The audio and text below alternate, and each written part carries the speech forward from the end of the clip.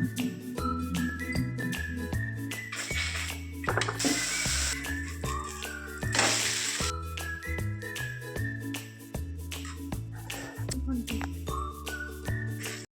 Hello ನಮಸ್ಕಾರ ರೀ ಎಲ್ಲರೂ ಹೆಂಗದಿರಿ ಆರಾಮದಿರೇನು? ನಾವು ಆರಾಮದೀವಿ ನೋಡ್ರಿ. ನೀವು ಎಲ್ಲರೂ ಆರಾಮದಿರಿ ಅಂತ ಅಂದ್ಕೊಂಡು ಇವತ್ತಿನ ಲಾಗ್ನ ಸ್ಟಾರ್ಟ್ ಮಾಡೋಣ ಬರ್ರಿ. ಇದು 2 ದಿವಸದಿಂದ ಲಾಗ್ ಐತೆ ನೋಡ್ರಿ. ಶುಕ್ರವಾರ ಮತ್ತು ಶನಿವಾರದ ದಿನಾನ ಹೆಂಗಿತ್ತು ಮತ್ತು ಏನೇನು ರೆಸಿಪಿ ಮಾಡಿದ್ದೆ ಅಂತ ನಿಮ್ಮ ಸಂಗಟ ಶೇರ್ ಮಾಡ್ಕೊತೀನಿ ರೀ. ಲಾಗ್ ಇಷ್ಟ ಆಗತ್ತಿದ್ರೆ ಮತ್ತು ರೆಸಿಪಿ ಇಷ್ಟ ಆಗತ್ತಿದ್ರೆ ಪ್ಲೀಸ್ ಲೈಕ್ ಮಾಡಿ, ಶೇರ್ ಮಾಡಿ, ಸಬ್ಸ್ಕ್ರೈಬ್ ಮಾಡ್ಕೊಂಡು ಸಪೋರ್ಟ್ ಮಾಡಿರಿ. ಎಲ್ಲರಿಗೂ ಒಂದು ರಿಕ್ವೆಸ್ಟ್, ಪ್ಲೀಸ್ ಆದಷ್ಟು ಬೇಗ ನಮ್ಮ ಫ್ಯಾಮ್ಲಿ ದೊಡ್ಡದಾಗ್ಲಂತ ಆಸೆ ಐತಿ. ಲಾಗ್ ಇಷ್ಟ ಆಗತ್ತಿದ್ರೆ ಪ್ಲೀಸ್ ಸಬ್ಸ್ಕ್ರೈಬ್ ಮಾಡ್ಕೊಂಡು ಸಪೋರ್ಟ್ ಮಾಡಿರಿ. ಇದು ಶುಕ್ರವಾರ ಬೆಳಗ್ಗೆ ನೋಡಿರಿ. ಫಸ್ಟಿಗಿದ್ರೆ ಹೆಸರು ಕಾಳು ಮತ್ತು ನಾನು ಸಜ್ಜಿನ ನೆನೆಸಿಟ್ಟಿದ್ದೆ ಅಲ್ರಿ, ಅದನ್ನ ತೊಳೆದ್ಬಿಟ್ಟು ಇಟ್ಟಿದ್ದೀನಿ.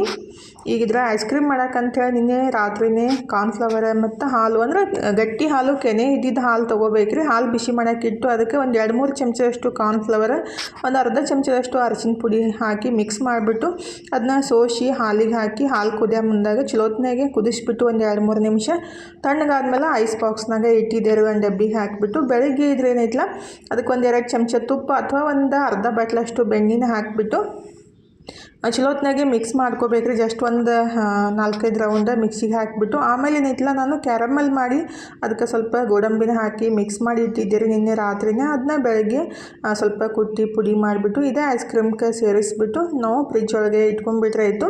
ಒಂದು 4ರಿಂದ 5 ತಾಸು ಇಟ್ಟರೆ ಆಯಿತು, ಮಸ್ತಾಗಿರೋ ಐಸ್ ಕ್ರೀಮ್ ರೆಡಿ ಆಗುತ್ತೆ ನೋಡಿರಿ. ನಿನ್ನೆ ರಾತ್ರಿನೇ ದೋಸೆ ಮಾಡಬೇಕಂತ 1 ಗ್ಲಾಸಷ್ಟು ಸಜ್ಜಿ ಮತ್ತು 1 ಗ್ಲಾಸಷ್ಟು ಹೆಸರು ಕಾಳು ಮತ್ತು 2 ಚಮಚದಷ್ಟು ಮೆಂತ್ಯ ರೀ ತೊಗೊಂಡು ಸ್ವಚ್ಛ ಮಾಡಿಬಿಟ್ಟು ನೀಟಾಗಿ ಒಂದು 2-3 ಸಲ ವಾಶ್ ಮಾಡಿಬಿಟ್ಟು ನೆನೆಸಿಟ್ಟಿದ್ದೆ ರೀ. ಎಷ್ಟು ಬೇಕಲ್ಲ ಅಷ್ಟು ನೀರು ಹಾಕಿಬಿಟ್ಟು ಈ ಥರ ದೋಸೆ ಮಾಡ್ಕೊಂಡು ತಿನ್ನೋದ್ರಿಂದ ವೆಯ್ಟ್ ಲಾಸಿಗೂ ಹೆಲ್ಪ್ ಆಗುತ್ತೆ ರೀ, ಮತ್ತು ಶುಗರ್ ಇರೋರಿಗಂತೂ ಭಾಳ ಬೆಸ್ಟ್ ನೋಡಿರಿ. ಮತ್ತು ಈಜಿಯಾಗಿ ಡೈಜೆಷನ್ನು ಆಗುತ್ತೆ ಮತ್ತು ಆರೋಗ್ಯಕ್ಕೂ ಒಳ್ಳೇದು ರೀ.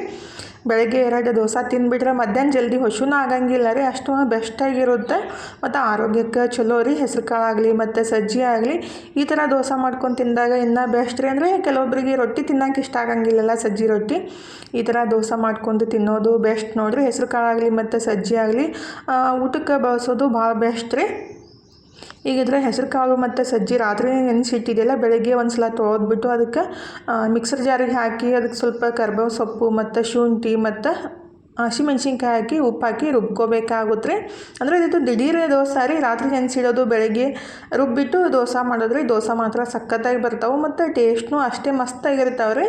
ದಿನ ಒಂದೇ ರೀತಿ ದೋಸೆ ತಿಂದು ಬೇಸರ ಆಗಿದ್ರೆ ಈ ರೀತಿ ಮಾಡಿಕೊಂಡು ತಿನ್ಬೋದು ನೋಡಿರಿ, ಟೇಸ್ಟ್ ಮಸ್ತಾಗಿರ್ತಾವೆ. ಈಗ ಉಪ್ಪು ಮತ್ತು ಮೆಣಸಿನ್ಕಾಯಿ ಕರಿಬೇವು ಎಲ್ಲ ಹಾಕಿ ನೀರು ಹಾಕಿ ಈ ಥರ ರುಬ್ಕೊಂಡ್ಬಿಟ್ಟು ಒಂದು ಪಾತ್ರೆಗೆ ಎತ್ತಿ ಇಟ್ಕೋಬೇಕ್ರಿ. ಇದು ರುಬ್ಬಿದ ತಕ್ಷಣ ಮಾಡಿಬಿಡ್ಬೋದು, ಅಷ್ಟು ಸಿಂಪಲ್ಲಾಗಿ ಐತೆ ನೋಡಿರಿ. ಈಗಿದ್ರೆ ಒಂದು ಬ್ಯಾಚನ್ನ ರುಬ್ಬಿ ಮತ್ತೊಂದು ಬ್ಯಾಚಿಗೆ ರುಬ್ಬೇಕಂತೇಳಿ ಹಾಕಿದ್ದೆ. ಕರೆಂಟ್ ಹೋದ ಮತ್ತು ಕರೆಂಟ್ ಬಂದಮೇಲೆ ರುಬ್ಬಾಕಿ ಬರುತ್ತೆ ಅಂತೇಳಿ ಈ ಕಡೆ ಬಟಾಟಿನ ಕುದ್ಸಾಕಿ ಇಟ್ಟಿದ್ದೀನಿ ರೀ. ಬಟಾಟಿ ಪಲ್ಯ ಮಾಡೋಣ ಅಂತೇಳಿ ಬಟಾಟಿ ಕುದ್ಸಾಕಿಟ್ಟು ಜಳಕ ಎಲ್ಲ ಮುಗಿಸ್ಕೊಂಬರಾಟಿಗೆ ಈ ಕಡೆ ಬಟಾಟಿನೂ ಬೆಂದಿದ್ದ, ಅದನ್ನ ಸಪ್ಪೆಲ್ಲ ತೆಗೆದು ಇನ್ನು ಪಲ್ಯ ಮಾಡಬೇಕ್ರಿ. ಇನ್ನೊಂದು ಸ್ವಲ್ಪ ರುಬ್ಬಾಕಂತ ಇಟ್ಟಿದ್ದೆ ಅಲ್ರಿ, ಕರೆಂಟ್ ಬಂದಿದ್ದು ಅದನ್ನು ರುಬ್ಬಿ ಮಿಕ್ಸ್ ಮಾಡಿ ಇಟ್ಟಿದ್ದೀನಿ. ಒಂದು 5 ನಿಮಿಷ ರೆಸ್ಟ್ ಮಾಡೋಕ್ಕಿಟ್ಟು ಅದಕ್ಕೆ ಸೈಡ್ ಡಿಶ್ ಆಗಿ ನಾನು ಬಟಾಟಿ ಪಲ್ಯ ಮಾಡಾಕಂತಿದ್ರಿ. ಚಟ್ನಿ ಆದ್ರೂ ಮಾಡ್ಬೋದು, ಇಲ್ಲ ಯಾವುದಾದ್ರೂ ಗ್ರೇವಿ ಇದ್ರಂತೂ ಬೆಸ್ಟ್ ಆಗುತ್ತೆ ನೋಡಿರಿ. ಅಂದರೆ ನಾನ್-ವೆಜ್ ತಿನ್ನೋರಾದ್ರೆ ನಾನ್-ವೆಜ್ ಗ್ರೇವಿ ಅಥವಾ ಎಗ್ ಗ್ರೇವಿ ಅಂತೂ ಈ ಥರ ದೋಸೆಗೆ ಸೂಪರ್ ಕಾಂಬಿನೇಷನ್ ನೋಡಿರಿ. ರಾತ್ರಿನೇ ಮಿಕ್ಕಿದ್ರೆ ಬೆಳಗ್ಗೆ ಒಂದು ದೋಸೆ ಮಾಡ್ಕೊಂಡ್ಬಿಟ್ರೆ ನಾಷ್ಟಕ್ಕಂತೂ ಬೆಸ್ಟ್ ಆಗಿರುತ್ತೆ ನೋಡಿರಿ. ಈಗ ನಾನು ಬಟಾಟಿ ಪಲ್ಯನೂ ಮಾಡಿಬಿಟ್ಟು ದೋಸೆ ಹಾಕಾಕಂತೀನಿ ನೋಡಿರಿ. ಎಷ್ಟು ಮಸ್ತಾಗೆ ಬರ್ತಾವೆ. ಫಸ್ಟಿಗಿದ್ರೆ ಒಂದು ಮಾಡಿಬಿಟ್ಟು ನಾಯಿಗೂ ಹಾಕಿಬಿಟ್ಟು, ಅಂದರೆ ನಾನು ಏನೇ ಮಾಡಿಬಿಟ್ರು ಫಸ್ಟ್ ನಾಯಿಗೆ ಒಂದು ಮಾಡಿಬಿಟ್ಟು ಹಾಕಿನೇ ಆಮೇಲೆ ನಾವು ಮಾಡ್ಕೊಳ್ಳೋದ್ರೆ ಅದಾರಿ ಎಷ್ಟು ಮಸ್ತಾಗಿ ಈಜಿಯಾಗಿ ಮಾಡ್ಕೊಂಡ್ಬಿಡ್ಬೋದು. ಈ ಥರ ದೋಸೆ ಹತ್ರ ಹಾಕಿಬಿಟ್ಟು ಸ್ವಲ್ಪ ಮುಚ್ಚಿಟ್ಟು ಸ್ವಲ್ಪ ಎಣ್ಣೆನ ಸ್ಪ್ರೇ ಮಾಡಿಬಿಟ್ಟು 2 ಸೈಡ ಬೆನ್ಸ್ಕೊಂಡ್ಬಿಟ್ರೆ ಮಸ್ತಾಗಿರುವ ಹೆಸರು ಕಾಳು ಮತ್ತು ಸಜ್ಜಿ ದೋಸೆ ರೆಡಿ ಆಗ್ತೈತೆ ನೋಡಿರಿ. ಅಂದ್ರೆ ನಾವು ಹೆಸರು ಕಾಳು ಕಮ್ಮಿ ಬೇಕಂದ್ರೂ ಹಾಕೋಬೋದು. ನಾನಿಲ್ಲಿ 1 ಗ್ಲಾಸ್ ಅದನ್ನ ಹಾಕಿಬಿಟ್ಟು ಮಾಡಿದ್ದು ಸೂಪರಾಗಿ ಬರುತ್ತೆ ನೋಡಿರಿ. ಇದಕ್ಕೆ ಬೇಕಾದರೆ ಸಬ್ಬಸಿಗೆ ಸೊಪ್ಪು ಪಾಲಕ್ ಸೊಪ್ಪನ್ನು ರುಬ್ಬ ಮುಂದಾಗ ಮಿಕ್ಸ್ ಮಾಡ್ಕೋಬೋದು, ಇನ್ನೂ ಹೆಲ್ದಿಯಾಗಿರುತ್ತೆ ನೋಡಿರಿ. ಅದಕ್ಕೆ ನಾನು ಸ್ವಲ್ಪ ಕರ್ಬೇವು ಸೊಪ್ಪು ಜಾಸ್ತಿ ಹಾಕಿ ರುಬ್ಬಿದ್ದು. ಯಾಕೆಂದ್ರೆ ನಾವು ಒಗ್ಗರಣೆಗಾಗಲಿ ಸಾಂಬಾರ್ಗಾಗಲಿ ಕರ್ಬೇವು ಸೊಪ್ಪು ಹಾಕಿದಾಗ ಮಕ್ಕಳು ತಿನ್ನಂಗೆ ಇಲ್ಲ ರೀ, ನಾವು ತಿನ್ನಂಗಿಲ್ಲ, ಇಷ್ಟ ಆಗಂಗಿಲ್ಲ, ಹಂಗಾಗಿ ಎತ್ತಿಟ್ಬಿಡ್ತೀವಿ. ಈ ಥರ ಏನಾದರೂ ಮಾಡಿದಾಗ ಸ್ವಲ್ಪ ಜಾಸ್ತಿನೇ ಹಾಕಿಬಿಟ್ಟು ರುಬ್ಬಿ ನಾವು ದೋಸೆ ಆಗಲಿ ತಾಲಿಪಟ್ಟೆ ಆಗಲಿ ಮಾಡ್ಕೋಬೋದು ಬೆಸ್ಟ್ ನೋಡಿರಿ. ಯಾವುದೋ ಒಂದು ರೂಪೊಳಗೆ ನಾವು ಅದನ್ನ ತಿನ್ನಬೇಕಲ್ಲ, ಹಾಗಾಗಿ ಸ್ವಲ್ಪ ಜಾಸ್ತಿ ಹಾಕಿ ರುಬ್ಬಿ ಮಾಡಿಬಿಟ್ರೆ ಇನ್ನೂ ಬೆಸ್ಟ್ ಆಗಿರುತ್ತೆ, ಕಲರ್ಫುಲ್ಲಾಗಿನೂ ಇರುತ್ತೆ ನೋಡಿರಿ. ಈಗಿದ್ರೆ ಎಲ್ಲರಿಗೂ ನಾಷ್ಟಕ್ಕೆ ರೆಡಿ ಮಾಡಿಕೊಟ್ಟು ನಾನು ನಾಷ್ಟಕ್ಕೆ ಹಚ್ಕೊಳಕಂತೀನಿ ನೋಡ್ರಿ. ಇನ್ನು ತನು ಮನು ಮಾಡಿಲ್ಲ, ಆಮೇಲೆ ಮಾಡ್ತಾರಂತ. ನಾನಿದ್ರೆ ನಮ್ಮ ಮನೆಯವ್ರಿಗೆ ಫಸ್ಟಿಗೆ ರೆಡಿ ಮಾಡಿ ಕೊಟ್ಬಿಟ್ಟು ಆಮೇಲೆ ನಾನು ಪ್ಲೇಟ್ ಹಚ್ಕೊಂಡು ನಾಷ್ಟ ಮಾಡಕ್ಕಂತೀನಿ ನೋಡ್ರಿ. ನಾಷ್ಟ ಮಾಡೋದು ಬರೀ ಟೇಸ್ಟ್ ಮಾತ್ರ ಸೂಪರಾಗಿ ಬಂದಿದ್ರಿ, ಹೆಲ್ದಿಯಾಗಿನೂ ಇರುತ್ತೆ. ನೀವು ಖಂಡಿತ ಒಂದ್ಸಲ ಟ್ರೈ ಮಾಡಿರಿ. ಈಗಿದ್ರೆ ನಾಷ್ಟ ಎಲ್ಲ ಮುಗಿಸ್ಬಿಟ್ಟು ಐಸ್ ಕ್ರೀಮ್ ರೆಡಿ ಮಾಡಿ ಇಟ್ಟಿದ್ದೆ ನೋಡ್ರಿ. ನನ್ನ ಮಕ್ಕಳಿಗಂತೂ ಯಾವಾಗ ಹಾಕಿ ಕೊಡ್ತಾರೆ ಮಮ್ಮಿ ಅಂತೇಳಿ ವೇಟ್ ಮಾಡ್ತಾ ಇರ್ತಾರೆ. ನಾಷ್ಟ ಎಲ್ಲ ಆದಮೇಲೆ ಒಂದು ಸ್ವಲ್ಪ ಹೊತ್ತು ಕುಂತಿದ್ದೆ. ಐಸ್ ಕ್ರೀಮ್ ಹಾಕಿ ಕೊಡ್ರು ಮಮ್ಮಿ ಅಂತ ಅಂದ್ಕೊಳ್ಳೆ ಹಾಕಿ ಕೊಡಾಕಂತೀನಿ ನೋಡ್ರಿ. ಎಷ್ಟು ಸಾಫ್ಟಾಗಿ ಬಂದೈತಿ ಅಂದರೆ ನಾವು ಗಟ್ಟಿ ಹಾಲು ತೊಗೋಬೇಕು ಮತ್ತು ಸ್ವಲ್ಪ ತುಪ್ಪನ ಹಾಕಿದ್ದು ಅಂದರೆ ಬೆಣ್ಣೆ ಹಾಕ್ಬೋದಿತ್ತು, ಬೆಣ್ಣೆ ಇದ್ದಿತ್ತಿಲ್ಲ ಅಂತೇಳಿ ನಾನು ತುಪ್ಪನ ಹಾಕಿಬಿಟ್ಟು ಮಾಡಿದ್ದು. ಎಷ್ಟು ಸಾಫ್ಟಾಗಿ ಮತ್ತು ಟೇಸ್ಟಾಗಿ ಇರುತ್ತೆ ರೀ. ನಾನಂತೂ ಜಾಸ್ತಿ ಇಷ್ಟಪಟ್ಟು ತಿನ್ನೋದು ಅಂದರೆ ನನ್ನ ಮಕ್ಕಳಿಗೆ ಜಾಸ್ತಿ ಇಷ್ಟ ಆಗುತ್ತೆ. ಈ ಬ್ಯಾಸ್ಗೆಗಂತೂ ಐಸ್ ಕ್ರೀಮ್ ತಿನ್ನಾರೆ ಇರೋಕ್ಕನ ಆಗಂಗಿಲ್ಲ ರೀ. ಹೊರಗಡೆದು ತಿನ್ನೋಕ್ಕಿಂತ ಮನ್ಯಾಗ ಮಾಡಿಬಿಟ್ಟು ತಿನ್ನೋದಷ್ಟೇ ರೀ. ಐಸ್ ಕ್ರೀಮ್ ತಿಂದ್ಬಿಟ್ಟು ನಾನಂತೂ ಫುಲ್ ಇವತ್ತು ರೆಸ್ಟನ್ನೇ ಮಾಡಿದ್ದು ನೋಡ್ರಿ. ಯಾಕಂದರೆ ಏನೂ ಕೆಲಸ ಮಾಡೋಕೆ ಮನಸ್ಸೇ ಇದ್ದಿತ್ತಿಲ್ಲ. ಅಂದರೆ ಅಷ್ಟು ಬಿಸಿಲು ಐತ್ರಿ ನಮ್ಮ ಬಿಜಾಪುರದಾಗಂತೂ. ಕಾಪಟೆ ಬಿಸಿಲು ಐತೆ ನೋಡ್ರಿ. ಹೊರಗಡೆ ಹೋದ್ರಂತೂ ಸುಟ್ಟು ಬದ್ನಿಕಾಯಿ ಆದಂಗೆ ಹಾಕ್ತೀವಿ, ಅಷ್ಟು ಬಿಸಿಲು ಐತ್ರಿ. ಜಸ್ಟ್ ಒಂದು 10 ನಿಮಿಷ ಹೋಗಿ ಬಿಸಿಲಾಗ ನಿಂದ್ರಾಕಾಗಂಗಿಲ್ಲ, ಅಷ್ಟು ಬಿಸಿಲು ಐತಿ. ಬಿಸಿಲಾಗ ಜಾಸ್ತಿ ಕೆಲಸ ಮಾಡೋಕ್ಕೂ ಮನಸ್ಸಾಗಂಗಿಲ್ಲ ರೀ, ಏನೂ ಮಾಡೋಕೆ ಮನಸ್ಸಾಗಂಗಿಲ್ಲ. ಹಾಗಾಗಿ ಮನ್ಕೊಂಬಿಟ್ಟಿದ್ದೀನಿ. ಟೈಮ್ 3:30 ಆಗ್ಬಿಟ್ಟೈತಿ. ನಮ್ಮನ್ಯಾಗ ಎಲ್ಲರಿಗೂ ಸಿಟ್ಟು ಬಂದುಬಿಟ್ಟೈತಿ, ಅಡುಗೆ ಮಾಡ್ಲಾರ ಹಿಂಗೆ ಮಕ್ಕೊಂಡಾರಲ್ಲ ಅಂತೇಳಿ. ಮತ್ತು 3:30 ಎದ್ಬಿಟ್ಟು ಕೈಕಾಲು ಮುಖ ತೊಗೊಂಡು ಅಡುಗೆ ಸ್ಟಾರ್ಟ್ ಮಾಡಿದ್ದೀನಿ ನೋಡ್ರಿ. ಹೆಣ್ಮಕ್ಳು ಒಂದು ದಿವಸ ಅಡುಗೆ ಬಿಡಾಕ ಆಗಂಗೆ ಇಲ್ಲ ನೋಡ್ರಿ. ಏನೇ ಕಂಡೀಷನ್ನ ಮಾಡಲೇಬೇಕು ಅಡುಗೆ. 3:30 ಎದ್ಬಿಟ್ಟು ಕೈಕಾಲು ಮುಖ ತೊಗೊಂಡು ಅಡುಗೆ ಮಾಡೋಕ್ಕೆ ಬಂದೆ ನೋಡ್ರಿ. ಆ್ಯಕ್ಚುಲಿ ಬ್ಯಾಸ್ಗ್ಯಾಗ ಅಡುಗೆ ಮಾಡೋಕ್ಕೂ ಮನಸ್ಸಾಗಲ್ಲ, ತಿನ್ನೋಕ್ಕೂ ಮನಸ್ಸಾಗಲ್ಲ. ಆದರೆ ಎಲ್ಲರಿಗೂ ಬೇಕಲ್ರಿ, ಅದಕ್ಕಾಗಿ ಚೌಳಿಕಾಯಿ ಪಲ್ಯ ಮಾಡಿಬಿಟ್ಟು ಚಪಾತಿನ ರೆಡಿ ಮಾಡಾಕಂತೀನಿ ನೋಡ್ರಿ. ಏನಾದರೂ ಒಂದು ಸ್ವಲ್ಪ ಮಾಡಿಕೊಟ್ಬಿಟ್ರೆ ಆಗಿಬಿಡುತ್ತೆ. ಅದಕ್ಕಾಗಿ ಪಲ್ಯ ಚಪಾತಿ ಮಾಡಿಬಿಟ್ರೈತಿ. ಇವಾಗ 4 ಗಂಟೆ ಆಗಕ್ಕೆ ಬಂದೈತಿ. ಇವಾಗ ಊಟ ಮಾಡಿಬಿಟ್ರೆ ಸಂಜೆಗೂ ಹಸು ಆಗಂಗೆ ಇಲ್ಲ ನೋಡ್ರಿ. ಹಾಗಾಗಿ ಸ್ವಲ್ಪ ಜಾಸ್ತಿನೇ ಚಪಾತಿ ಮಾಡಿಬಿಟ್ಟು ಎಲ್ಲ ಪಲ್ಯನೂ ಮಾಡಿ ಊಟ ಮಾಡ್ಬೇಕ್ರಿ. ಇನ್ನು ಅಂತನೂ ಇದ್ರೆ ಇವತ್ತು ಬದ್ನಿಕಾಯಿ ಫ್ರೈ ಮಾಡ್ತಾಳೆ ಅಂತ ಅಂದ್ರೆ ಒಂದು ರೀಲ್ದಾಗ ನೋಡಿದ್ಲಂತ. ಆಕೆಗೆ ಬದ್ನಿಕಾಯಿ ಆ್ಯಕ್ಚುಲಿ ಇಷ್ಟ ಆಗಂಗಿಲ್ಲ ರೀ. ಈ ಥರ ಮಾಡಿಕೊಟ್ಟಾಗ ಜಾಸ್ತಿ ಇಷ್ಟ ಆಗುತ್ತಂದ್ರೆ ನಾನು ಜಾಸ್ತಿ ಮಾಡಿಲ್ಲ ರೀ, 1-2 ಸಲ ಅಷ್ಟೇ ಮಾಡಿರಬೇಕು. ಇವತ್ತು ತಾನೇ ರೆಡಿ ಮಾಡಾಕತ್ತಿದ್ಲು. ಅದಕ್ಕೆ ಸ್ವಲ್ಪ ಮಸಾಲ ಎಲ್ಲ ಹಾಕಿ ಬದ್ನಿಕಾಯಿ ಕಟ್ ಮಾಡಿಬಿಟ್ಟು ಅದನ್ನ ಮಸಾಲ ಎಲ್ಲ ಹಚ್ಚಿ ಒಂದು 5 ನಿಮಿಷ ಇಟ್ಟು ಈ ಥರ ತವಿ ಮೇಲೆ ಹಾಕಿ ಫ್ರೈ ಮಾಡಿದ್ರಾಯ್ತು. ಮಸ್ತಾಗಿರೋ ಬದ್ನಿಕಾಯಿ ಫ್ರೈ ರೆಡಿ ಆಗುತ್ತೆ ನೋಡ್ರಿ. ಟೇಸ್ಟ್ ಅಂತೂ ಸಖತ್ತಾಗಿರುತ್ತೆ. ನೆಕ್ಸ್ಟ್ ಟೈಮ್ ಮಾಡಿದಾಗ ನಾನು ರೆಸಿಪಿನ ಶೇರ್ ಮಾಡ್ತೀನಿ ರೀ. ಈಗ ಇದು ನೆಕ್ಸ್ಟ್ ಡೇ ಲಾಗ್ ನೋಡ್ರಿ, ಅಂದರೆ ಶನಿವಾರದ ಲಾಗು. ಬೆಳಗ್ಗೆ ಟೈಮ್ 7:30 ಆಗೈತಿ. ಇನ್ನು ಅಡುಗೆ ಕೆಲಸ ಮಾಡ್ಬೇಕಂತೇಳಿ ಬಂದರೆ ಏನು ಅಡುಗೆ ಮಾಡ್ಬೇಕಂದ ಗೊತ್ತಾಗಂಗಿಲ್ಲ ನೋಡ್ರಿ. ಆ್ಯಕ್ಚುಲಿ ನಮ್ಮ ಮನೆಯವರು ರೊಟ್ಟಿ ಮತ್ತು ಮುಕ್ನಿಕಾಳು ಪಲ್ಯ ಮಾಡಂತಂದರು. ಅಂದರೆ ನಾನು ನಿನ್ನೆ ರಾತ್ರಿನೇ ಮೊಳಕೆ ಕಾಳನ್ನ ನೆನೆಸಿಟ್ಟಿದ್ದೆ ರೀ. ಅಂದರೆ ಮೊಳಕೆ ಬಂದಿದ್ದು ಪಲ್ಯ ಮಾಡಿಬಿಟ್ಟು ರೊಟ್ಟಿ ಮಾಡೋಣಂತ ಅಂದ್ಕೊಂಡ್ಬಿಟ್ರೆ ನನ್ನ ಮಕ್ಕಳಿಗೆ ಬೆಳಗ್ಗೆ ರೊಟ್ಟಿ ಇಷ್ಟ ಆಗಂಗಿಲ್ಲ ರೀ. ಹಾಗಾಗಿ ನಾನು ಏನು ಐಡಿಯಾ ಮಾಡಿದ್ದೀನಿ ಅಂದರೆ ಜೋಳದ ಹಿಟ್ಟನ್ನು ಬಳಸ್ಬಿಟ್ಟು ಒಂದು ಸ್ವಲ್ಪ ತಾಲಿಪಟ್ಟಿ ಅಥವಾ ದೋಸೆ ಥರ ಮಾಡಿಕೊಟ್ರೆ ಇಷ್ಟ ಆಗುತ್ತೆ ರೀ. ಅಂದರೆ ರೊಟ್ಟಿ ಇಷ್ಟ ಆಗಂಗಿಲ್ಲ ಅಂತ ಈ ಥರ ಐಡಿಯಾ ಮಾಡೋದು. ನಮ್ಮ ಹತ್ರನೂ ಐಡಿಯಾ ಇರ್ತಾವಲ್ಲ ರೀ, ಏನಾದರೂ ಒಂದು ಮಾಡಬೇಕಲ್ಲ. ಹಾಗಾಗಿ ಅದನ್ನೇ ಸ್ಟಾರ್ಟ್ ಮಾಡಿದ್ದೀನಿ ನೋಡಿರಿ. ಫಸ್ಟಿಗೆ ಏನೈತಿಲ್ಲ 1 ಬಟ್ಲಷ್ಟು ಕಡ್ಲೆ ಹಿಟ್ಟನ್ನು ತೊಗೊಂಡಿದ್ದೀನಿ ರೀ. ಅದಕ್ಕೆ ಸ್ವಲ್ಪ 2 ಬಟ್ಲಷ್ಟು ಜೋಳದ ಹಿಟ್ಟು ಹಾಕಿಬಿಟ್ಟು ಮಾಡೋದು. ಶುಂಠಿ ತೆಗೆದು ಇಟ್ಟಿದ್ದೆ ಆದರೆ ಅದನ್ನ ಮೊಳಕೆ ಬಂದೈತಿ, ಅದನ್ನೇ ತೋರ್ಸಾಕತ್ತಿದ್ದೆ ಮನಗೆ. ನೆಕ್ಸ್ಟ್ ಟೈಮ್ ಮತ್ತು ಅದನ್ನ ಹಾಕ್ಬೇಕಪ್ಪಿ ಅಂತೇಳಿ. ಎಲ್ಲಿ ಹಾಕ್ತಿರ್ ಬಿಡ್ರಿ ಮಮ್ಮಿ, ಅಷ್ಟೊಂದೇನು ಸರಿಯಾಗಿ ಗ್ರೋತ್ ಆಗಲ್ಲ ನೆಲದಾಗ ಆದಂಗೆ ಅಂತ ಹೇಳಾಕತ್ತಿದ್ದಾರೆ. ನೋಡೋಣ ಹೇಳಪ್ಪ ಅಂತೇಳಿ ಈಗ ಹಂಗೆ ಅದನ್ನ ಎತ್ತಿಟ್ಬಿಟ್ಟು ಈಗಿದ್ರೆ ತಾಲಿಪಟ್ಟಿ ಅಥವಾ ದೋಸೆ ಮಾಡೋಣಂತೇಳಿ ಜೋಳದ ಹಿಟ್ಟಿಂದು. ಈಗಿದ್ರೆ ಜೋಳದ ಹಿಟ್ಟು ಮತ್ತು ಕಡ್ಲೆ ಹಿಟ್ಟು ಹಾಕಿಬಿಟ್ಟು ಅದಕ್ಕೆ ಎಷ್ಟು ಬೇಕಷ್ಟು ಉಪ್ಪು. ನನ್ನ ಮಗ ಇದ್ರೆ ಉಳ್ಳಾಗಡ್ಡಿ ಕಟ್ ಮಾಡಿ ಕೊಟ್ಟನಂತೇಳಿ ಎಲ್ಲ ಗ್ಯಾಸ್ ಕಟ್ಟಿ ಫಸ್ಟಿಗೆ ಕ್ಲೀನ್ ಮಾಡ್ಕೋದ್ರಿ. ಅಂದರೆ ನನಗಿಂತ ನನ್ನ ಮಗ ಇದ್ರೆ ಜಾಸ್ತಿ ಕ್ಲೀನ್ ಆಗಿರಬೇಕು, ಇಲ್ಲಾಂದ್ರೆ ಅವನಿಗೆ ಇಷ್ಟನೇ ಆಗಂಗಿಲ್ಲ ರೀ. ಅಡುಗೆ ಮನೆಗೆ ಏನಾದರೂ ಬಂದುಬಿಟ್ಟು ಹೆಲ್ಪ್ ಮಾಡಂತಂದ್ರೆ ಅದಕ್ಕಾಗಿ ಫಸ್ಟಿಗೆಲ್ಲ ಕ್ಲೀನ್ ಮಾಡ್ಕೊಂಡೇ ಆಮೇಲೆ ಕೆಲಸ ಸ್ಟಾರ್ಟ್ ಮಾಡೋದು. ಈಗಿದ್ರೆ ನಾನು ಅದನ್ನ ಜೋಳದ ಹಿಟ್ಟು ಮತ್ತು ಸ್ವಲ್ಪ ಕಡ್ಲೆ ಹಿಟ್ಟು ಏನು ಹಾಕಿದ್ದೆ ಆದರೆ ಅದಕ್ಕೆ ಅಜ್ವಾಯಿನ, ಅರಶಿನ ಪುಡಿ ಮತ್ತು ಸ್ವಲ್ಪ ಇಂಗು, ಧನಿಯಾ ಪುಡಿ ಮತ್ತು ಜಾಸ್ತಿ ಒಂದು 3-4 ಉಳ್ಳಾಗಡ್ಡಿನ ಕಟ್ ಮಾಡಿಬಿಟ್ಟು ಹಾಕ್ಬೇಕ್ರಿ. ಟೇಸ್ಟ್ ಮಸ್ತ್ ಇರ್ತಾವೆ. ಅಂದರೆ ರೊಟ್ಟಿ ತಿನ್ನೋಕೆ ಇಷ್ಟ ಇಲ್ಲ ಅಂತ ಈ ಥರ ಮಾಡಿಕೊಡಾಕತ್ತಿದ್ದು ಅಷ್ಟೇ ರೀ. ಆ್ಯಕ್ಚುಲಿ ರೊಟ್ಟಿ, ಮೊಳಕೆ ಕಾಳು ಪಲ್ಯ ಮತ್ತು ಯಾವುದಾದ್ರೂ ಒಂದು ಚಟ್ನಿ ಇದ್ಬಿಟ್ರೆ ಸಖತ್ತಾಗಿರುತ್ತೆ ಊಟ. ಆದರೆ ತನುಗ ಬೆಳಗ್ಗೆ ರೊಟ್ಟಿ ಇಷ್ಟ ಆಗಂಗಿಲ್ಲ ಅಂತ ಈ ಥರ ಮಾಡಾಕತ್ತಿದ್ದು.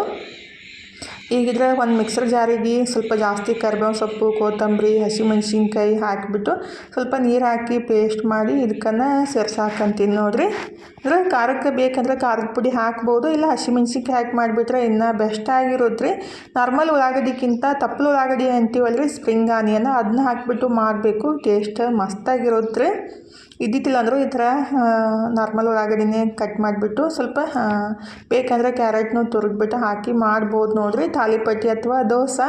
ಅಂದರೆ ಏನಾದರೂ ಒಂದು ಬೇರೆ ಐಡಿಯಾ ಹುಡುಕ್ಯಾಡ್ಬೇಕಲ್ರಿ. ಜೋಳದ ಹಿಟ್ಟು ಜಾಸ್ತಿ ಐತಿ, ಖಾಲಿನೇ ಆಗಲ್ಲಾಗೈತಿ, ಹಂಗಾಗಿ ರೊಟ್ಟಿ ತಿನ್ನೋಕೆ ಒಲ್ಲ ಅಂತಾರಂತ ಈ ಥರ ಮಾಡಿದ್ದು. ಈ ಬ್ಯಾಸ್ಗ್ಯಾಗಂತೂ ಆ್ಯಕ್ಚುಲಿ ಜೋಳದ ರೊಟ್ಟಿ ತಿನ್ನೋದನ್ನ ಬೆಸ್ಟ್ ರೀ. ತಂಪು ಜೋಳ ಇಲ್ಲಾಂದರೆ ಗೋಧಿ ಜಾಸ್ತಿ ತಿಂದಿಟ್ಟು ಜಾಸ್ತಿ ಹೀಟ್ ಆಗುತ್ತೆ, ಆದರೆ ಮಕ್ಳಿಗೆ ಮಾತ್ರ ರೊಟ್ಟಿ ಇಷ್ಟನೇ ಆಗಂಗಿಲ್ಲ ರೀ. ಅವ್ರ ಸಲಿಂದ ಮತ್ತು ನಾವು ಮಾಡೋದು ಬಿಟ್ಬಿಡೋದಾಗುತ್ತೆ. ಹಂಗಾಗಿ ಈ ಥರ ಮಾಡಿ ಅದಕ್ಕೆ ಮೊಸರು ಅಥವಾ ಗ್ರೀನ್ ಚಟ್ನಿ, ಸ್ವೀಟ್ ಚಟ್ನಿ ಹಚ್ಕೊಂಡು ತಿಂದ್ರಂತೂ ಬೆಸ್ಟಾಗಿರುತ್ತೆ ನೋಡಿರಿ. ಈಗಿದ್ರೆ ಎಲ್ಲರಿಗೂ ನಾಷ್ಟಕ್ಕೆ ಇದನ್ನೇ ರೆಡಿ ಮಾಡಿಕೊಡ್ತಾರೆ. ಇನ್ನೂ ಸ್ವಲ್ಪ ಹಿಟ್ಟು ಮಿಕ್ಕಿತ್ತು ನೋಡೋಣ, ಮಧ್ಯಾಹ್ನ ಅದನ್ನೇ ಮಾಡಿಕೊಟ್ರೆ ಇತ್ತು. ಅಂದರೆ ನಮ್ಮ ಮನೆಯವ್ರು ಬಂದರೆ ಚಪಾತಿ ಮಾಡಬೇಕು, ಇಲ್ಲಾಂದರೆ ಅದನ್ನೇ ಮಾಡೋಕ್ಕೆ ಬರುತ್ತೆ ಅಂತೇಳಿ ನಾನು ಈಗ ಬೆಳಗ್ಗೆ ತೊಳೆದು ಇಟ್ಟಿದ್ದೆ ರೀ. ಜಳಕ ಮಾಡೋಕ್ಕಿಂತ ಮುಂಚೆನೇ ಅರ್ಬಿ ಅದನ್ನ ಒಣಾಕಿತ್ತಿಲ್ಲ, ಎಲ್ಲ ನೀರೆಲ್ಲ ಜಾನಿದೆ. ಈಗ ಒಣಾಕ್ಬಿಟ್ರೆ ಆಯ್ತು ಅಂತ ಹೇಳಿ. ಅಂದರೆ ಬೆಳಗ್ಗೆ ಅರ್ಬಿ ಒಂದು ತೊಳೆದ್ಬಿಟ್ರೆ ಎಷ್ಟೋ ಕೆಲಸ ಕಮ್ಮಿ ಅಂತ ಅನ್ಸುತ್ತೆ ನೋಡಿರಿ. ಅರ್ಬಿ ಇದ್ಬಿಟ್ರೆ ಅಂತೂ ಯಾವಾಗ ಮಾಡೋಣಪ್ಪ ಅಂತ ಅನ್ಸಕ್ಕೆ ಸ್ಟಾರ್ಟ್ ಆಗಿಬಿಡುತ್ತೆ.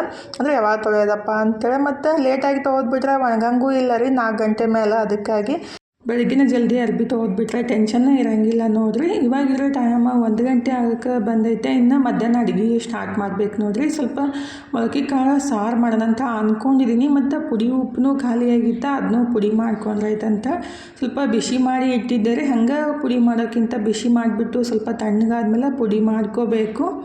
ಈಗಿದ್ರೆ ಫಸ್ಟಿಗೆ ಮೊಳಕೆ ಕಾಳನ್ನ ಕುದ್ಸಕ್ಕೆ ಇಟ್ಬಿಟ್ಟು ಆಮೇಲೆ ಉಪ್ಪನ್ನು ಪುಡಿ ಮಾಡಿ ಸಾರು ಮಾಡ್ರೈತೆ ಅಂತ ಹೇಳಿ.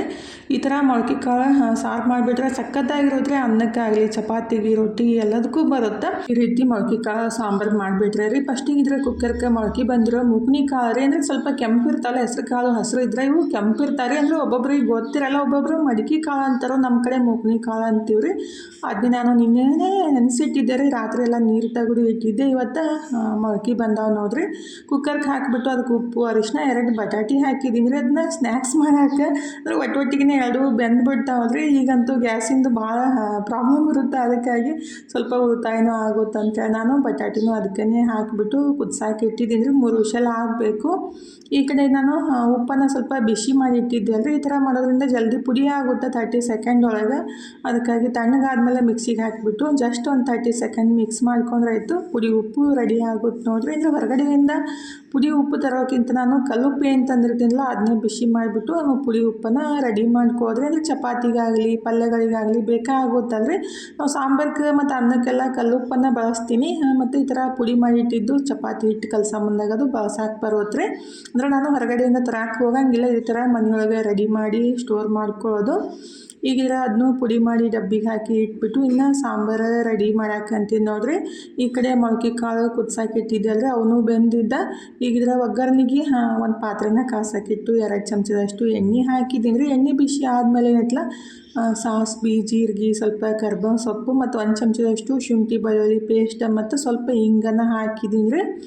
ಸಿಂಪಲ್ಲಾಗಿರುತ್ತೆ ಸಾಂಬಾರೇನು ಜಾಸ್ತಿ ಮಾಡೋದು ಕಷ್ಟ ಇಲ್ಲ ರೀ. ಸಿಂಪಲ್ಲಾಗೆ ಮಾಡಿಬಿಟ್ರು ಟೇಸ್ಟ್ ಮಾತ್ರ ಸಖತ್ತಾಗಿರುತ್ತೆ ನೋಡಿರಿ. ಇದಕ್ಕೆ ಉಳ್ಳಾಗಡ್ಡಿ ಏನೈತಲ್ಲ ಸಣ್ಣಗೆ ಕಟ್ ಮಾಡಿ ಹಾಕಬೇಕಾಗುತ್ತೆ ರೀ. ಇಲ್ಲಾಂದರೆ ಈ ಥರ ಮಿಕ್ಸಿಗೆ ಹಾಕಿಬಿಟ್ಟು ಸ್ವಲ್ಪ ಚಾಪ್ ಮಾಡಿ ತೊಗೊಳೋದು ಬೆಸ್ಟ್.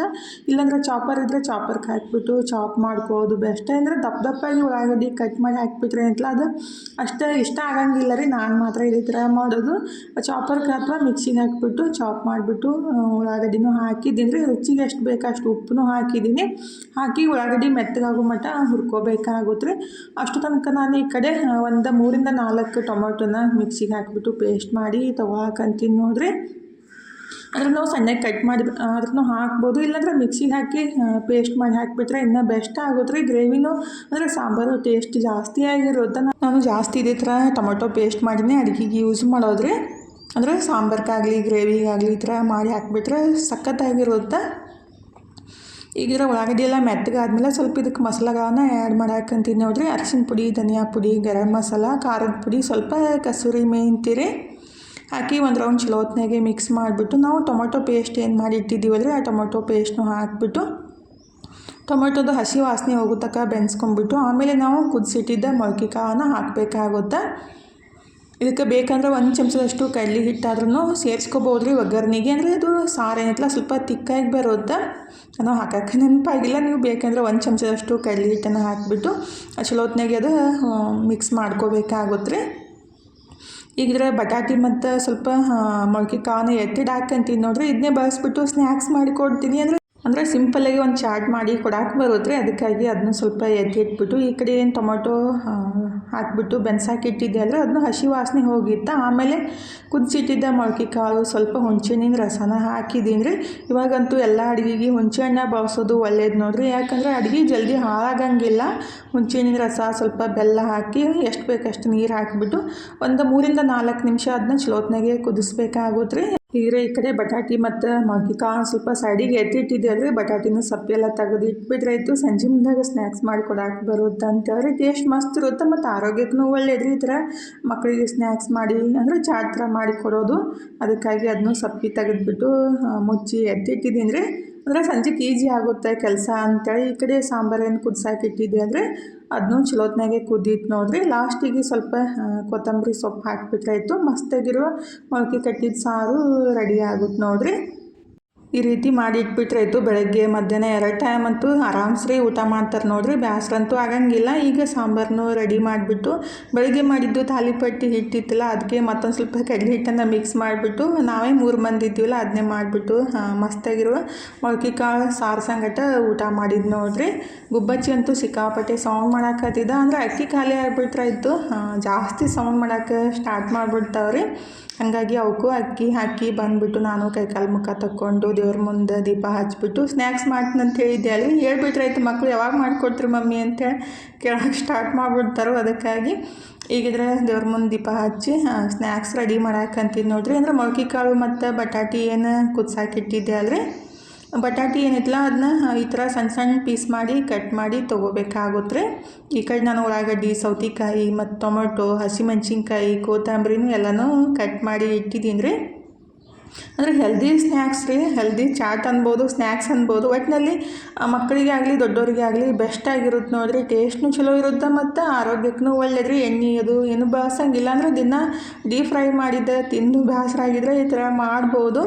ಇದಕ್ಕೆ ಬೇಕಂದರೆ ಕ್ಯಾರೆಟ್ನೂ ಹಾಕ್ಬೋದು. ನನ್ನ ಕಡೆ ಇದ್ದಿದ್ದಿಲ್ಲ ಅಂತೇಳಿ ನಾನು ಸೌತೆಕಾಯಿ, ಉಳ್ಳಾಗಡ್ಡಿ, ಟೊಮೊಟೊ, ಹಸಿಮೆಣ್ಸಿನ್ಕಾಯಿ, ಕೊತ್ತಂಬರಿ ಅಷ್ಟೇ ಹಾಕಿದ್ದು. ಇದಕ್ಕೆ ಸ್ವಲ್ಪ ಮಸಾಲೆಗಳನ್ನ ಆ್ಯಡ್ ಮಾಡ್ತೀನಿ ರೀ. ಅಂದರೆ ಧನಿಯಾ ಪುಡಿ ಮತ್ತು ಸ್ವಲ್ಪ ವೈಟ್ ಸಾಲ್ಟ, ಬ್ಲ್ಯಾಕ್ ಸಾಲ್ಟ ಮತ್ತು ಸ್ವಲ್ಪ ಕಾಳು ಮೆಣಸಿನ ಪುಡಿ, ಚಾಟ್ ಮಸಾಲ ರೀ ಮೇನಾಗಿದೆ ಟೇಸ್ಟ್ ಕೊಡೋದು. ನಾನು ಆಲ್ರೆಡಿ ಚಾಟ್ ಮಸಾಲ ರೆಸಿಪಿನ ಶೇರ್ ಮಾಡಿದ್ದೀನಿ ರೀ. ನೋಡಿದ್ದಿಲ್ಲ ಅಂದರೆ ಖಂಡಿತ ಟ್ರೈ ಮಾಡಿರಿ. ಲಾಸ್ಟಿಗೆ ಇದ್ರೆ ಒಂದು ಅರ್ಧ ಹೋಳಷ್ಟು ನಿಂಬೆಹಣ್ಣಿನ ರಸ ಹಾಕಿ ಚಲೋತ್ನಾಗೆ ಮಿಕ್ಸ್ ಮಾಡಿಬಿಟ್ರಾಯ್ತು. ಬೇಕಂದ್ರೆ ನೀವು ಸ್ವಲ್ಪ ಖಾರದ ಪುಡಿ ಆದ್ರೂ ಆ್ಯಡ್ ಮಾಡ್ಬೋದು. ಆ್ಯಕ್ಚುಲಿ ಈ ಥರ ಚಾಟ್ ಖಾರ ಇರಬಾರ್ದು, ಸ್ವಲ್ಪ ಸಿಂಪಲ್ಲಾಗಿದ್ದಷ್ಟು ಬೆಸ್ಟಾಗಿರುತ್ತೆ ರೀ. ಹಾಗಾದ್ರೆ ಚಲೋತ್ನಾಗೆ ನಿಂಬೆಹಣ್ಣು ಹಾಕಿಬಿಟ್ಟು ಮಿಕ್ಸ್ ಮಾಡಿರಾಯ್ತು. ಮಸ್ತಾಗಿರೋ ಚಾಟ್ ರೆಡಿ ಆಗುತ್ತೆ ನೋಡಿರಿ. ನಾವು ಮೊಳಕೆ ಕಾಳು ಬದಲಿ ಇದಕ್ಕೆ ಕುದಿಸಿದ ಶೇಂಗಾ ಆದ್ರೂ ಯೂಸ್ ಮಾಡಿಬಿಟ್ಟು ಇದೇ ಥರ ಮಾಡ್ಬೋದು. ಇದಕ್ಕೆ ಬೇಕಂದ್ರೆ ಹುರಿದು ಸಿಪ್ಪಿ ತೆಗ್ದು ಶೇಂಗಾನು ಸ್ವಲ್ಪ ಆ್ಯಡ್ ಮಾಡಿಬಿಟ್ಟು ಮಿಕ್ಸ್ ಮಾಡಿದ್ರೆ ಇನ್ನೂ ಬೆಸ್ಟಾಗಿರುತ್ತೆ ರೀ. ನಾನು ಇವತ್ತು ಪಂಪ್ಕಿನ್ ಸೀಡ್ಸ್ ಹಾಕಿಬಿಟ್ಟು ರೆಡಿ ಮಾಡಿದ್ದು. ಅಂದರೆ ಅವನು ಹುರಿದ್ಬಿಟ್ಟು ಎತ್ತಿಟ್ಟಿದ್ದೆ ರೀ. ಅದನ್ನೂ ಒಳ್ಳೇದು ರೀ ಪಂಪ್ಕಿನ್ ಸೀಡ್ಸ್. ದಿನ ಒಂದು ಚಮಚದಷ್ಟು ತಿನ್ನೋದು. ಈಗಿದ್ರೆ ಮಸ್ತಾಗೆ ಚಾಟ್ ರೆಡಿ ಮಾಡಿಬಿಟ್ಟು ನಾನು ಟೇಸ್ಟ್ ಮಾಡಾಕಂತೀನಿ ನೋಡಿರಿ. ಟೇಸ್ಟ್ ಮಾತ್ರ ಸಖತ್ತಾಗಿ ಬಂದಿತ್ತು ರೀ. ಎಣ್ಣೆ ಇಲ್ಲಾರ್ದೇ ಈ ಥರ ಮಾಡಿಬಿಟ್ರಂತೂ ಮಸ್ತಾಗಿರುತ್ತೆ. ಸಿಂಪಲ್ ರೆಸಿಪಿ ಐತೆ ನೋಡಿರಿ. ನೀವು ಒಂದ್ಸಲ ಖಂಡಿತ ಟ್ರೈ ಮಾಡಿರಿ. ಇವಾಗ ಟೈಮ್ 8 ಗಂಟೆ ಆಗೈತೆ ರೀ. ನಮ್ಮ ಹೆಣ್ಮಕ್ಳಿಗಂತೂ ಡೈಲಿ ಚಂತನ ಅಡುಗೆ ಮನೆಯಾಗ ಕೆಲಸ ಇರುತ್ತೆ ಮತ್ತು ಏನೂ ಮಾಡೋಕ್ಕಾಗಂಗಿಲ್ಲ, ಮಾಡಲೇಬೇಕು ರೀ. ಈಗಿದ್ರೆ ರಾತ್ರಿ ಊಟಕ್ಕೆ ಚಪಾತಿ ಮಾಡಾಕಂತೀನಿ ನೋಡಿರಿ. ಫಸ್ಟಿಗಿದ್ರೆ ಒಂದು ದಪ್ಪನ ಮಾಡಿಬಿಟ್ಟು ನಾಯಿಗೆ ಕೊಟ್ಬಿಟ್ಟು ನಾವು ಚಪಾತಿ ಮಾಡಿಕೊಂಡು ಊಟ ಮಾಡೋದ್ರಿ. ಇವತ್ತಿನ ಲಾಗ್ನೂ ಇಲ್ಲೇ ಮುಗಿಸೋಂದ್ರೆ ಇವತ್ತಿನ ಲಾಗ್ ಹೆಂಗೆ ಅನಿಸ್ತಂತ ಕಮೆಂಟ್ ಬಾಕ್ಸ್ ಒಳಗೆ ಹೇಳೋದು ಮರೆಯೋಕೆ ಹೋಗಬೇಡ್ರಿ. ಲಾಗ್ ಇಷ್ಟ ಆಗಿದ್ರೆ ಲೈಕ್ ಮಾಡಿ, ಶೇರ್ ಮಾಡಿ, ಸಬ್ಸ್ಕ್ರೈಬ್ ಮಾಡ್ಕೊಂಡು ಸಪೋರ್ಟ್ ಮಾಡಿರಿ. ಇಷ್ಟ ತನಕ ಲಾಗ್ ನೋಡಿದ್ದಕ್ಕೆ ತಮ್ಮೆಲ್ಲರಿಗೂ ತುಂಬ ಹೃದಯದ ಧನ್ಯವಾದಗಳು ರೀ. ಥ್ಯಾಂಕ್ ಯು ಫಾರ್ ವಾಚಿಂಗ್ ರೀ.